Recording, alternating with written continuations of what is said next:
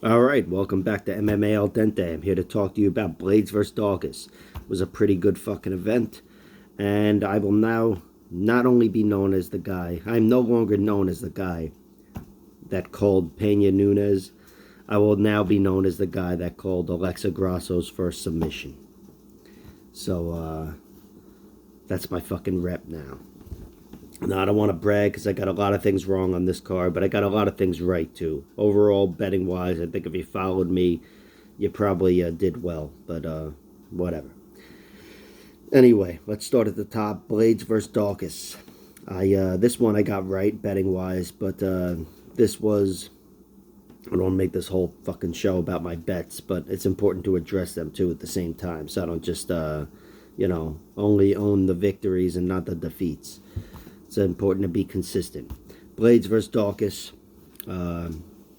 This was Curtis Blaydes getting his second standing finish in the UFC. First one over Junior Dos Santos. Now this one over Chris Daukaus. Those are two heavyweight main events.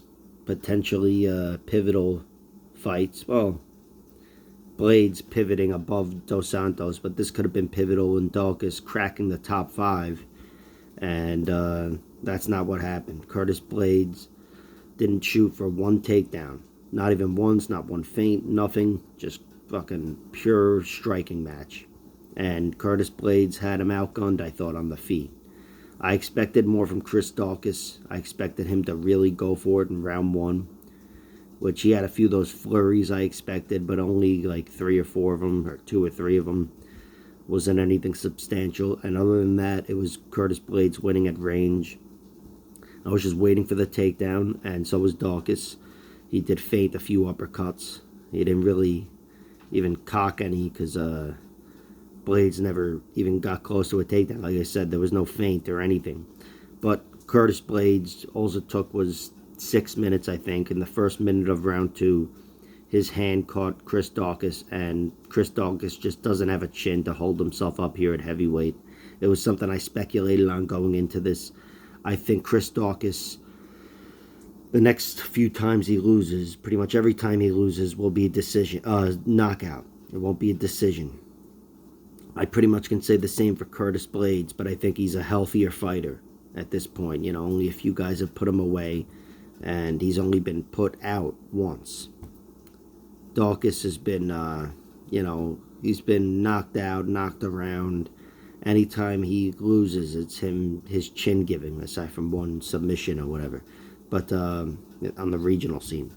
But yeah, this was Curtis Blaydes' night. Curtis Blaydes is not done with the heavyweight division. A lot of people look at him like he can't get to the top.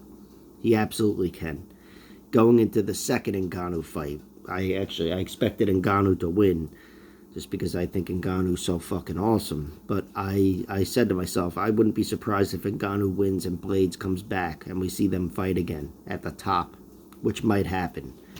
Curtis is still beneath a few guys. Actually, I don't even know. I know Derek Lewis was above him, but at this point, Derek Lewis may not be above him. Blaydes might be above Derek, sitting there with Tai Tuivasa and whoever else, Stipe. Stipe was in attendance, got to witness it. That was pretty cool. I'm sure there was at least some effort to get him to fight there. He is Mr. Ohio. But yeah, back to the fight. Curtis Blaydes put him away. Really great performance. This was one of those, every fight to some extent is a gatekeeper holding a gate to something. And Curtis Blaydes holds that gate to the top 5, I want to say, even though he's ranked like, whatever, number 3 or something. He's elite. And Chris Daukaus is not elite. And I gotta be honest, I don't think he ever will be. I think his skills might get sharper, but that gaping hole in his game is always going to be his chin, and he's going to get knocked out again. Alright, Alexa Grasso tapped out Joanne Wood. This is the one that I got right. This was, I got the Blaydes-Daukaus fight down too. I said Blaydes via finish or Daukaus via round 1 finish. And Blaydes via finish hit. Also the under at plus 165 was, I said I didn't love it, but I like it, and it paid off. Grasso versus Wood. I placed one bet on this. the bet I talked about coming into this was just a little $5 sprinkle on Alexa Grasso via submission, plus 900, and that hit. Alexa Grasso is a really good fighter. She's really coming to her own, and we don't see anything from her grappling-wise. That's why I'm so proud of this call, because we haven't seen her submit anybody. But this was something I kind of saw coming, because it was a bet on Joanne Wood's weakness. Her weakness is her submissions. She's always been susceptible to the submission, and Grasso has been underrated in that regard, I think. Like I said, coming into the fight, I had that armbar on Esparza in round 3 in my head. And I thought, she gets this opportunity, she's going to, she's going to put it away, even though it may not be on her mind. Turns out it was on her mind, and she got it done in round 1. And it's not something that fell into her lap or she was in an opportunistic position. She took her down. She created the position. So really cool victory for Alexa Grasso. That's the kind of win you want to have over Joanne Wood. There's a lot of fighters that get credit for beating her by decision, but if you want to separate yourself from the pack, you got to be one of the fighters that smokes her. And for Alexa Grasso to do that with no submissions coming into this fight, because everybody else, well, most of them that tapped out Joanne Wood had submissions on their record. If not, they were mostly submissions. Alexa Grasso had 0. So this was a big step up for her, and I thought she really made a statement. As for Joanne Wood, I think this is definitely it for her, as maybe not as a fighter or even a UFC fighter, but as a co-main event. She's no longer reliable for that co-main spot. They always liked her, and I always liked her too. She's got a cool little personality, quirky voice, and whatever. She's sweet, and fans like her for that. But and plus, she's a good fighter. She's had many great performances throughout the years, but she's been smoked one too many times. She is she's a bottom of the card fighter now. I think for the rest of her career, however long that lasts. She might be cut for all I know. I don't know her situation, but that's 4 out of her last 5 that she's lost, and she's been finished in the first round 3 times via submission. So that's it for her as a contender, Joanne Wood. She had a good career in that regard. I'm going to talk about it like she's dead. But Alexa Grasso, whatever, stepped on her, whatever you call it. She used her as a stepping stone. And that's what we get from this fight. We get a fighter on a nice winning streak now. A really good streak when you consider the only loss recently being a majority decision to Carla Esparza, who's challenging for the title. And she's coming off a finish now, Alexa Grasso. So she's in good standing. That's what Joanne Wood did here. That's what the whole fight game is. So that was cool. Next up, Bryan Barbarina versus Matt Brown. This was very close. This one I got wrong.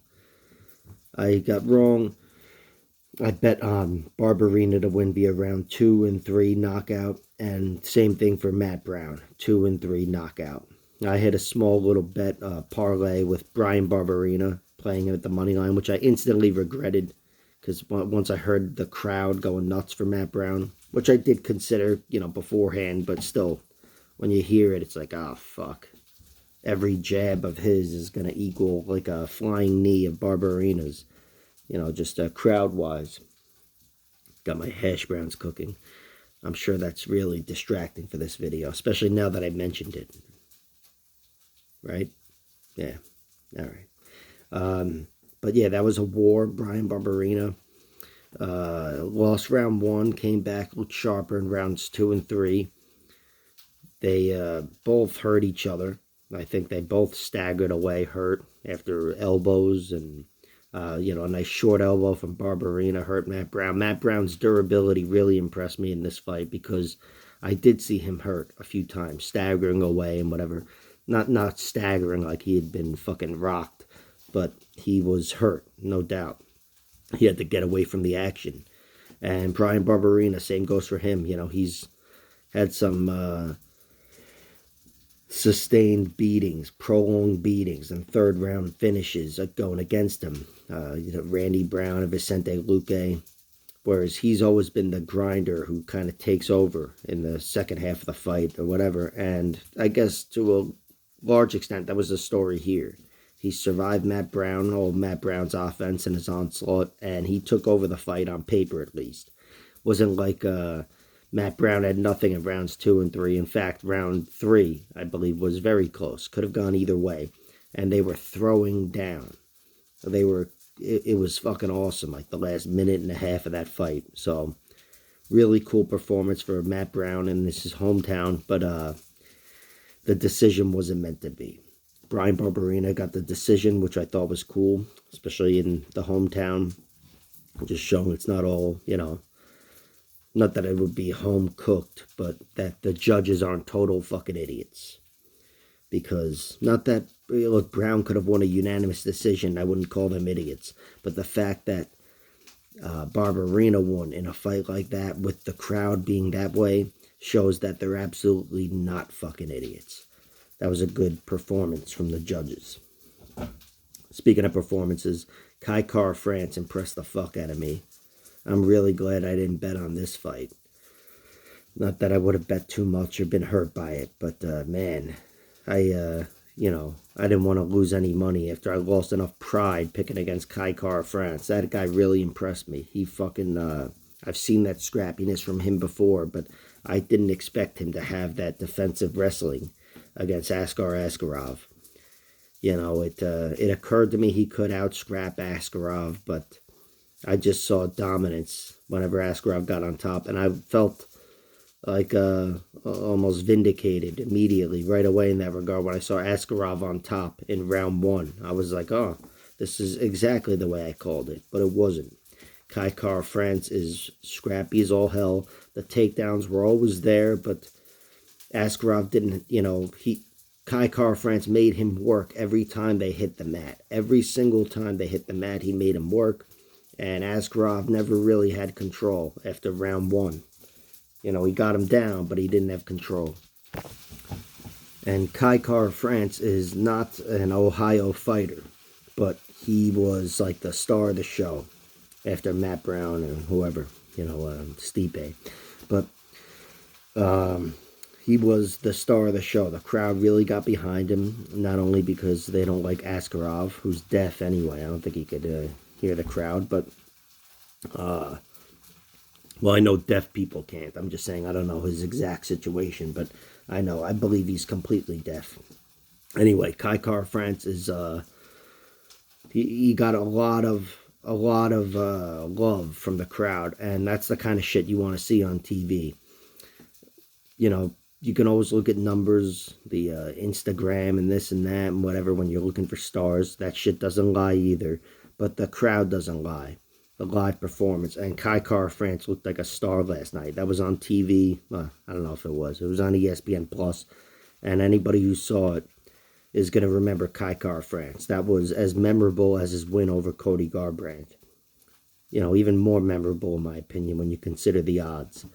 So, great victory. Askar Askarov is now 3-1-1 in the UFC, but he's fought nothing but the best.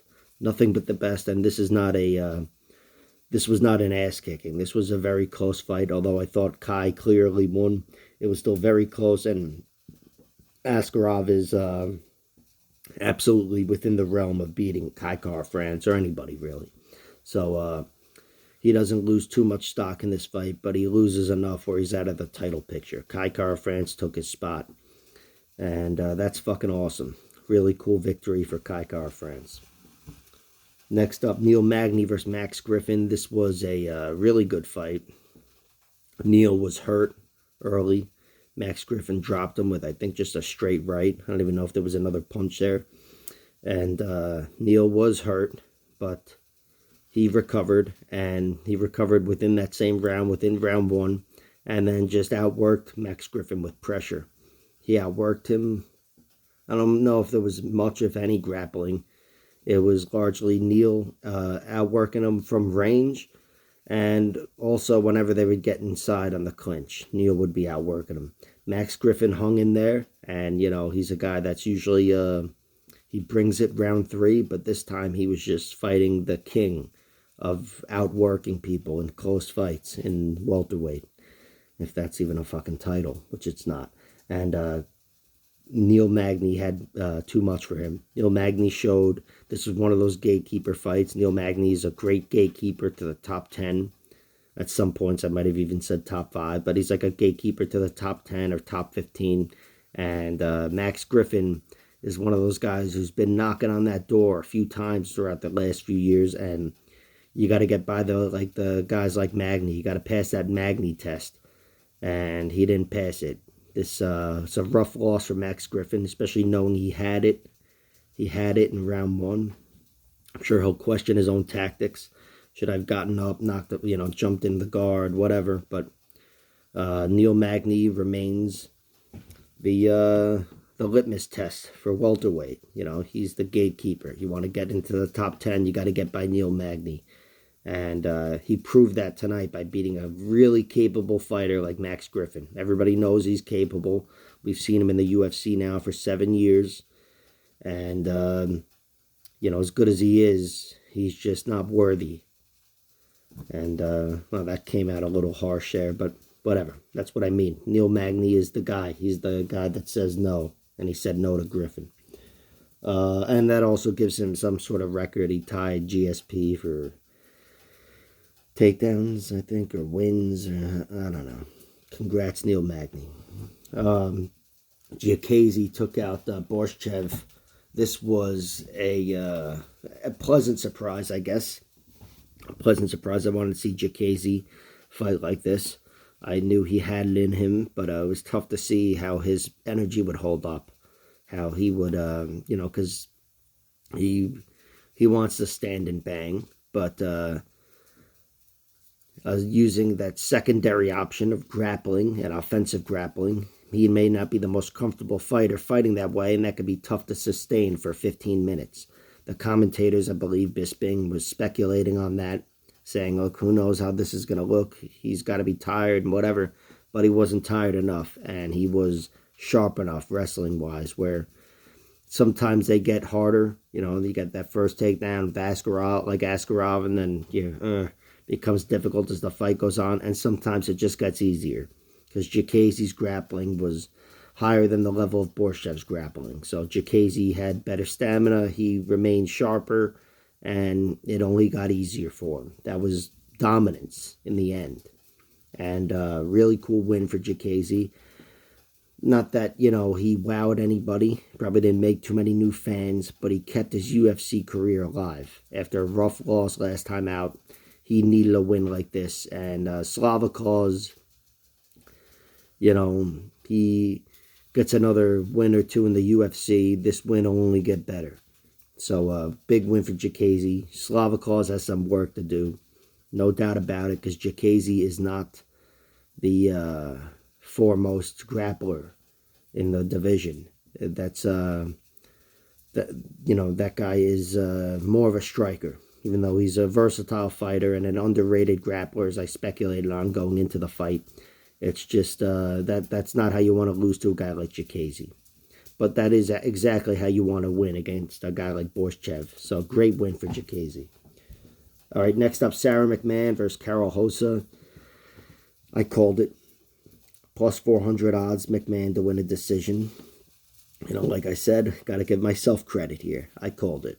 And Sarah McMahon, like I speculated on going into the fight, she was just stronger. She's the bigger, stronger, sharper athlete. And even though she tends to fade, her athleticism, I thought, could potentially steal her round 2 or 3. Because I know she's absolutely going to win round 1, and she did. Turns out she had enough to win rounds 2 and 3. Dominant wrestling, dominant grappling, distinct strength advantage, and distinct athletic advantage. That's what won this fight. She's a world-class athlete, even at 41 years old, and she had too much for Carol Hosa. Carol Hosa doesn't have the game that other fighters have, Ketlin Vieira and whoever. She's not elite. Most of her losses come via submission, or 2 of them anyway. And in this fight, she was scrappy enough. She made something happen in round 3, made it really close, maybe even stole it. I don't know. But largely, this was Sarah McMahon being too much for her. And I think it would have looked largely the same in a 5-round fight, which I haven't seen Sarah McMahon go 5 rounds, but that's just what I think about the grappling and athletic advantage in this fight. Worked out plus 400 odds, just like the Grasso submission prop. Sometimes when you see a prop and it just looks too good, you have to play it. The odds makers mess up there sometimes. Great win for McMahon. She keeps her UFC career alive. A loss right here probably would have done it for her, but she's still going strong. And she got a big win. Big win. I think maybe her second win in 5 years. So, cool moment for Sarah McMahon. And Carol Hosa, she's looked good in the UFC so far. So, it's not like it's over some scrub or some debutante that might suck. Hosa doesn't suck. All right, next up. Chris Gutierrez versus Dana Bakieri. This was awesome. This is the kind of victory that sticks with me. I love when, I find a fighter and I just decide, yeah, I'm going to like this guy. It's usually guys that are good in the UFC but underrated. Chris Gutierrez is a perfect example of that. This guy is incredibly underrated. Whatever his record is in the UFC, I don't even know, but he's undefeated in, I think, 8 fights now or 7 fights. That's incredible. He's got that draw to Cody Durden, which, that was still a good performance from him after a rough first round. And that's kind of the fight I expected here. But Chris Gutierrez, even though he's been known to take over fights and win with tactical striking, win a decision, usually a close decision, this time he came out strong.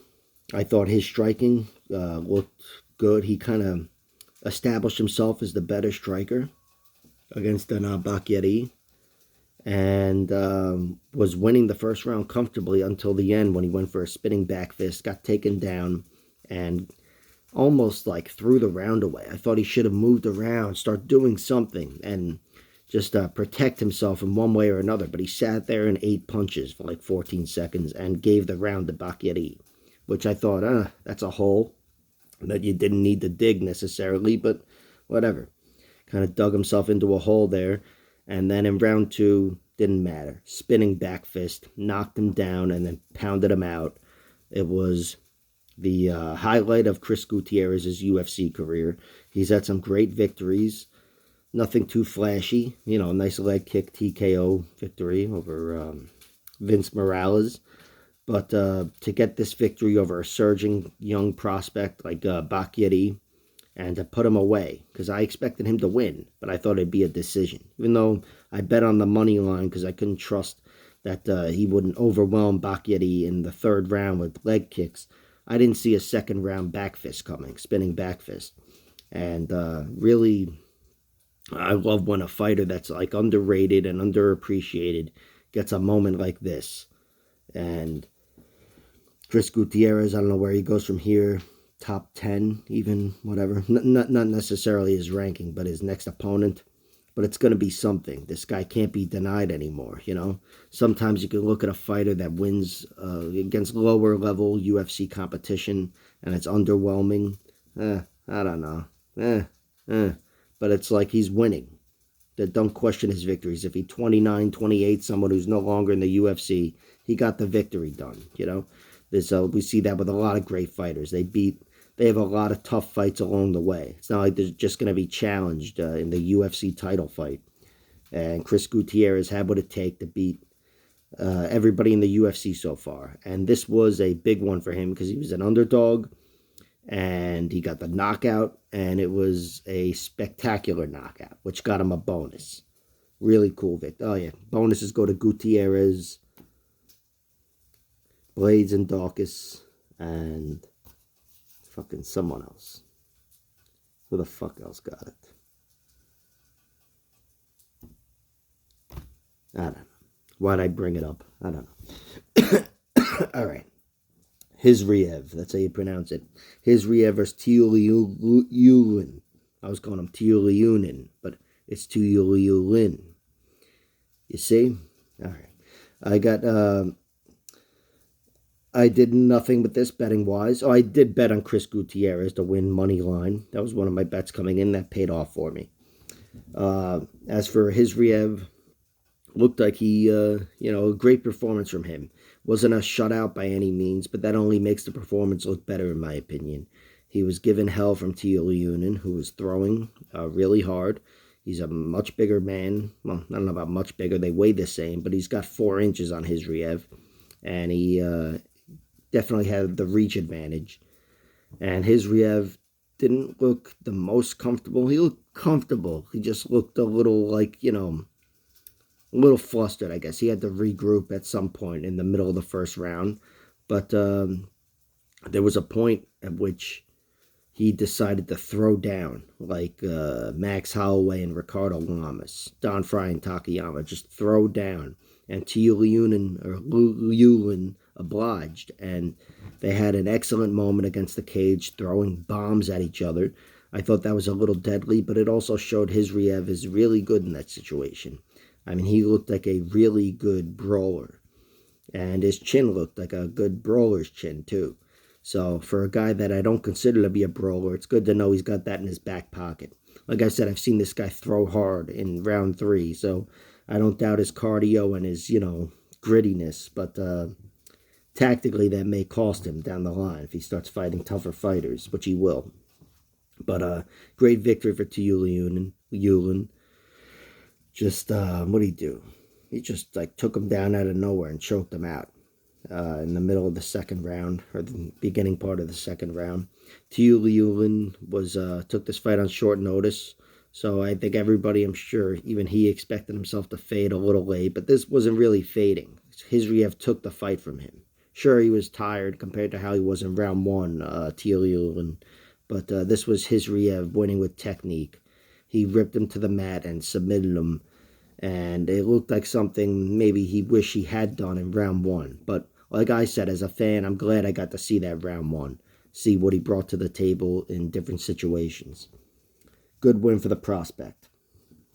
Next up, Manon Fiorot versus Jennifer Maia. Betting-wise, I got this one wrong. I thought I sprinkled a little bit on Jennifer Maia to win via decision, plus 525. I really like those odds, and that didn't hit.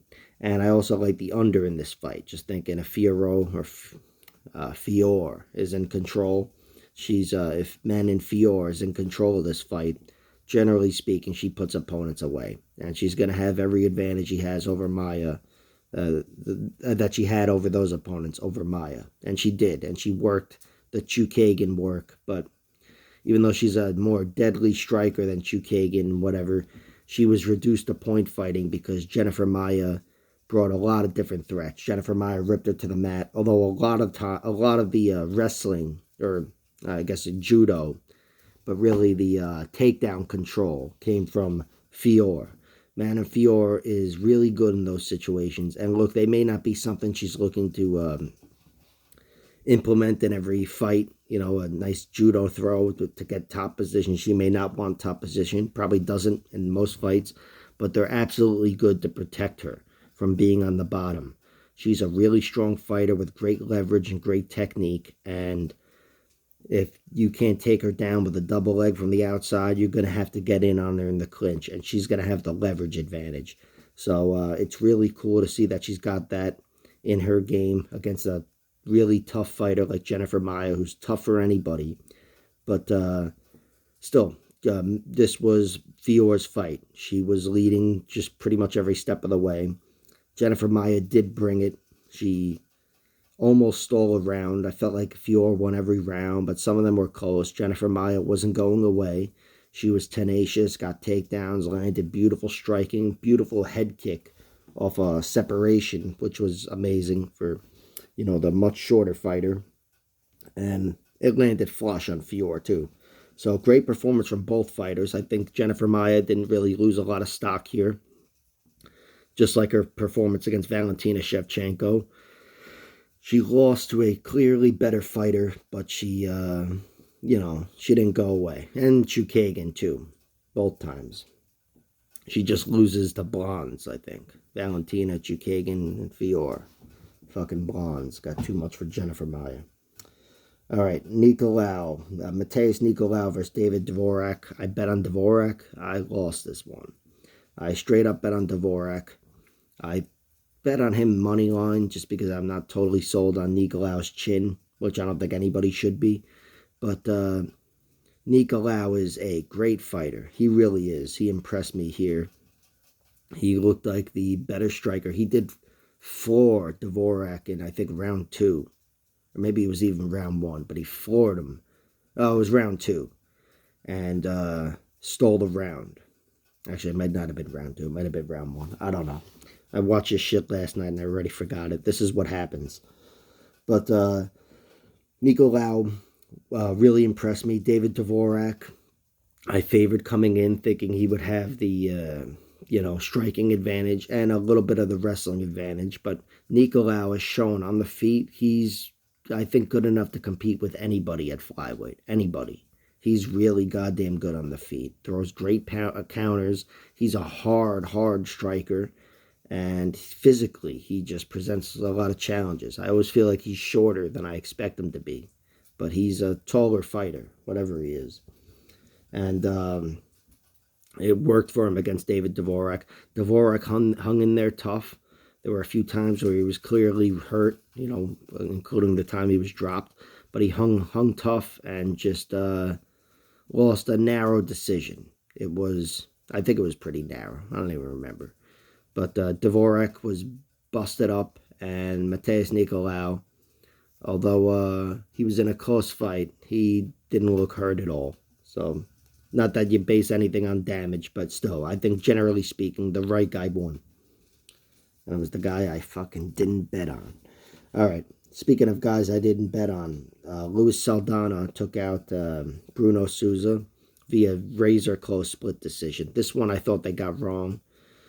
Bruno Souza, I don't know. Saldana made it work for him in round 3, but he was tired. There was just that moment, which I guess isn't part of the fight or whatever, you can't score any points for it, but he put his hands on his knees in the middle of the 3rd round, like Houston Alexander and Kimbo Slice. That didn't look great, and even though it went his way, it doesn't bode well for him in the future, because that's probably something he was trying to work on coming into this fight. And look, I don't want to shit on him because he was tired.